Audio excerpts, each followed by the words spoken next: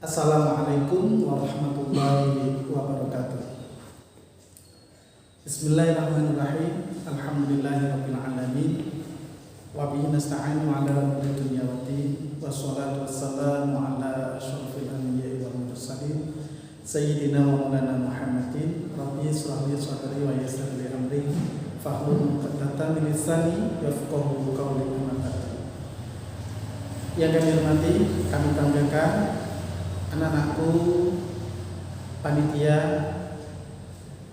latihan dasar kepemimpinan siswa organisasi siswa intrasekolah MAN 1 Magelang masa khidmah 2020-2021. Alhamdulillah, selalu bersyukur kita kehadirat Allah atas segala nikmat yang memberikan kepada kita semuanya, sehingga kita semua mampu melaksanakan kegiatan LDKS OSIS MAN 1 Magelang. Tentu dalam situasi pandemi ini, tapi kita bersyukur kepada Allah masih memberikan kesehatan kepada kita semuanya. Salawat dan salam semoga senantiasa tercurah pada baginda Rasulullah Muhammad SAW yang selalu kita nantikan syafaatnya kelak di yaumul qiyamah. Anak-anakku, peserta latihan dasar kepemimpinan siswa, masuk pada materi kita yang kedua.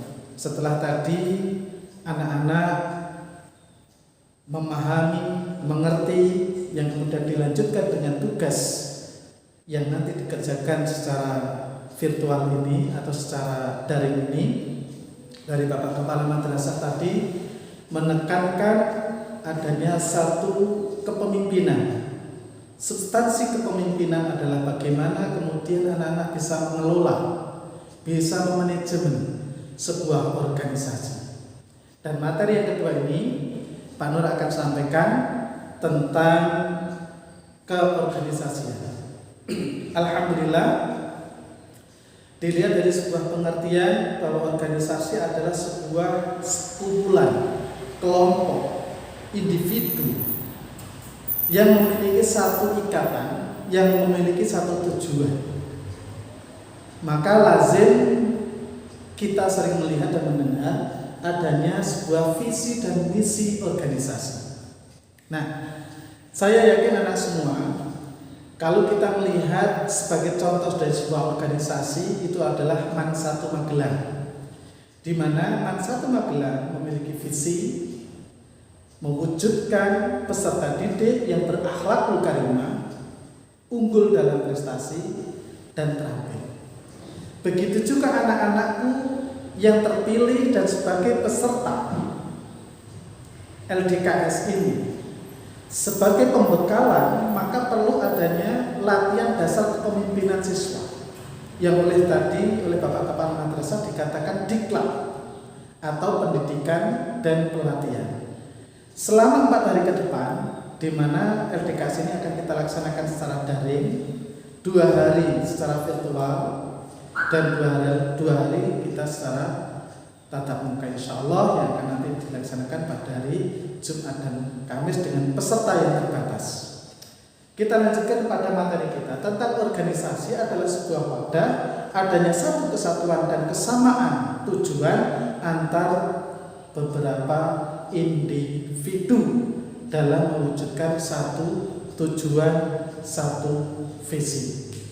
Maka perlu sebagai seorang calon pengurus OSIS dalam kegiatan LDKS ini, jenengan perlu mendapatkan pembekalan ini. Kalau tadi Bapak Kepala Madrasah menyebutkan adanya 5 dari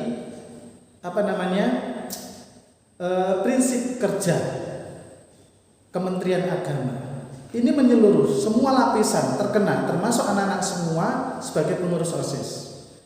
Yang tadi disampaikan adalah sebagai seorang individu yang bertanggung jawab dalam sebuah organisasi harus memiliki inovasi. Harus memiliki integritas yang pertama. Harus memiliki integritas. Apa itu integritas? Adanya satu kesatuan, kesamaan apa yang ada di pikiran, apa yang di hati, dan apa yang diucapkan. Itulah yang kemudian dalam bahasa agama kita sebut dengan amanah. Menjaga betul amanah dengan menyatukan pikiran, hati, dan ucapan agar di antara tiga aspek itu memiliki kesesuaian. Sebagai bagian dari anggota organisasi, maka integritas itu merupakan satu hal yang pokok yang harus kita miliki. Kemudian yang kedua, inovatif. Apa itu inovatif? Punya ide, punya gagasan yang kemudian dalam sebuah prinsip organisasi ini perlu dituangkan. Tujuan-tujuan apa yang ingin dicapai selama kepengurusan anak-anakku dalam masa khidmah 2020 sampai 2021. Tuangkan, musyawarahkan ide kreatif dari masing-masing anggota itu.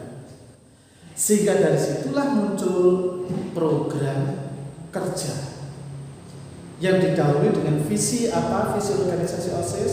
Saya yakin kemarin ketika pemilu OSIS, masing-masing paslon sudah menawarkan visi misinya. Disitulah nanti dari visi misi itu diturunkan menjadi sebuah program kerja. Disinilah pentingnya sekali lagi anak-anakku memahami materi keorganisasian ini, sehingga satu dengan yang lain itu memiliki rasa tanggung jawab yang sama, integritasnya sama, punya inovasi yang sama. Lalu dilanjutkan yang ketiga adalah adanya tanggung jawab. Tanggung jawab dari setiap lini organisasi merupakan bagian penting dalam menjalankan roda keorganisasian. Sehingga dari situlah muncul satu perjuangan gerak langkah yang sama terkait dengan mau dibawa kemana organisasi kita itu. Kumpulan sekelompok orang hanya sekedar kumpul-kumpul saja atau punya tujuan. Kalau dari inovasi sudah dimunculkan visi-visinya, kemudian sudah muncul program kerjanya, muncul pula kemudian tanggung jawab bagaimana terhadap program yang sudah ditentukan. Lalu yang selanjutnya, prinsip organisasi yang perlu lagi adalah bagaimana kita bisa mengelola satu dengan yang lain yang kemudian muncul kerja sama. Di sini penting, di sini perlu, sehebat apapun seorang Ronaldo, pemain sepak bola kelas dunia, dia tidak akan pernah bisa menjadi bintang ketika dia melawan 11 orang di lapangan. Tapi Ronaldo bisa menjadi sebuah bintang lapangan yang hebat, namanya begitu luar biasa, penghasilannya begitu luar biasa. Karena apa? Karena ada 10 individu yang ada di lapangan, sehingga bisa menghasilkan karya yang luar biasa, bisa memberikan umpan yang baik kepada Ronaldo, sehingga bisa berbuah gol. Dari sini kita bisa belajar tentang organisasi lagi. Apa artinya? Sehebat apapun pemimpin, sehebat apapun seksi bidang di bidang-bidang tertentu dalam organisasi OSIS ini, tidak akan pernah berjalan tanpa adanya kerjasama dari semua bagian yang ada. Maka dari itu dalam prinsip kerjasama itu ada satu prinsip yang selalu saya tekankan ketika saya menjadi pembina OSIS. Alhamdulillah menjadi pembina OSIS mulai dari tahun 2007 sampai 2020, tinggal menghitung berapa tahun itu. Ada satu prinsip dalam bahasa Jawa, orang ngerti takon, ora kuat nyambat. Dalam sebuah organisasi jangan malu kita bertanya ketika memang kita tidak tahu. Jangan pernah malu untuk meminta bantuan ketika memang kita tidak bisa melakukan pekerjaan itu sendiri. Artinya ada jalinan kerjasama yang harus dibangun sehingga terbentuklah sebuah kekuatan daripada organisasi itu sendiri. Nah, anak-anak semuanya, dalam rangka pembekalan dalam LDKS ini, maka Pak Nur akan mengilustrasikan. Kita lihat gambar apa nih anak semuanya, kira-kira? Yang di depan kamera sana, gambar apa nih? Nah, kira-kira mau gambar apa? Ya, ini adalah sebuah pohon. Katakanlah ini sebuah pohon. Ya. Sebuah pohon tentu bermacam-macam bagiannya. Ya. Ilustrasi sebuah organisasi bahwa setiap kalian memiliki peran dan fungsi yang sangat vital dalam sebuah organisasi. Katakanlah, kok nanti ada satu di antara kalian pengurus yang tidak tahu apa-apa, papoh langsung dengan. Tapi jangan anggap remeh orang itu. Tetap dia punya andil dan punya bagian dalam sebuah organisasi. Tentu ditempatkan sesuai dengan makomnya, ditempatkan sesuai dengan bidang keahliannya. Nek kon mikir orang kuat ya juga beban pikiran sing yang kuat. Kasih beban yang lain. Kon angkat jujur kayak apa kon bagian dekorasi dan lain sebagainya. Pasti dia punya kelebihan dan kelebihan itulah yang kemudian kita manfaatkan, yang kemudian kita berikan ruang untuk bisa memberikan kontribusi dalam sebuah organisasi. Anak-anak, kita kembali ke gambar. Dalam prinsip organisasi yang harus kita lihat, kita bisa melihat sebuah pohon yang rindang, kemudian yang berbuah lebat, kemudian berbunga, ada bunga yang semerbak harumnya. Mari kita lihat dan kita filosofikan dalam kehidupan organisasi. Kalau dari luar kita melihat, wah organisasi Moses Mansatu Magelang itu hebatnya luar biasa. Orang di luar sana melihat seperti itu. Tapi apa yang terjadi di dalam? Rindangnya pohon, hebatnya dan lebatnya buah, itu tidak terlepas dari adanya prinsip-prinsip yang ada tadi. Kita lihat, kalau kebetulan anak-anak semua ada pada posisi akar, maka jadilah akar yang kuat, akar yang memiliki tanggung jawab, akar yang memiliki integritas, akar yang memiliki daya juang yang tinggi, kesungguhan inovatif untuk menghujam ke bawah tajam untuk mencari sumber kehidupan daripada pohon itu sendiri. Kita lihat, pohon yang kuat tidak bisa lepas dari peran akar yang kuat, sehingga sang pohon bisa berdiri gagah dan tegak dengan berbagai macam yang ada di atasnya. Itulah filosofi akar. Sebagai bagian dari organisasi, sebagai bagian anggota organisasi harus punya kekuatan untuk bisa menyokong organisasi itu sendiri. Kalau anak-anak bisa menjadi bagian dari batang, lihat, tanggung jawab batang menjadi penting ketika dia harus menghadapi hantaman angin, hujan yang lebat. Disinilah tanggung jawab, tupoksi tugas pokok daripada batang. Dia bertanggung jawab terhadap apa yang ada di bawah, yaitu akar. Dia bertanggung jawab terhadap apa yang ada di atas, yaitu dahan dan ranting maupun daun. Sehingga dari tanggung jawab batang ini, kita sebagai seorang dalam organisasi maka harus mampu menjadi penguat daripada organisasi itu. Tidak kemudian malah menjadi peroboh, tidak kemudian menjadi perapuh. Ketika ada kekurangan satu dengan yang lain dalam organisasi, bagaimana kemudian dengan inovasi kita mampu menyempurnakan, kita mampu menutupi kekurangan itu, sehingga akan hebatlah organisasi itu, takkan goyah walaupun diterpa berbagai macam persoalan yang ada. Itulah organisasi. Kemudian yang ketiga, ketika anak-anakku semuanya ada pada posisi batang, apa tanggung jawab batang? Dia harus memegang kuat bagaimana kemudian sumber kehidupan yang dari luar. Maka kita kenal dalam biologi istilah fotosintesis. Apa fungsi daun? Apa fungsi daun?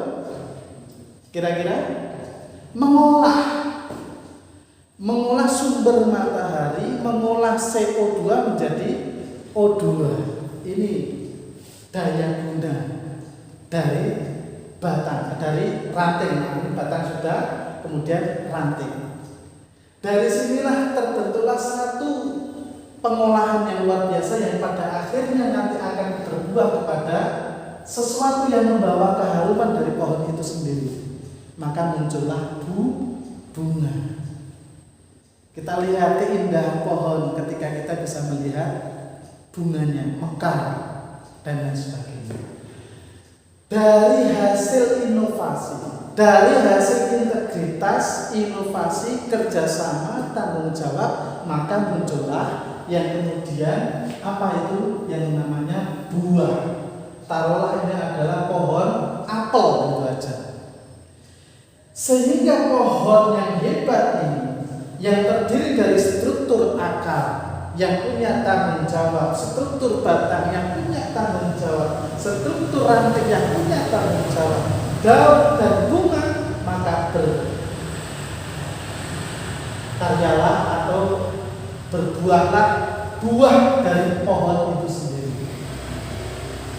Maka di sini tersimpanlah karya nyata daripada kerjasama itu tadi, inovasi tadi. Apa karyanya? Sang pohon bisa menghasilkan buah yang manis rasanya, yang tidak hanya dinikmati oleh organisasi itu sendiri, tapi kehadiran organisasi ini, kehadiran pohon ini bisa dirasakan kemanfaatannya oleh semua orang yang ada di lingkungannya. Seseorang bisa memetik buahnya, bisa memetik buah mangga, kemudian merasakan ternyata manis mangganya, bisa memetik apel, menikmati rasa buah apel, ternyata manis apelnya. Itulah kehadiran organisasi OSIS 41 Magelang.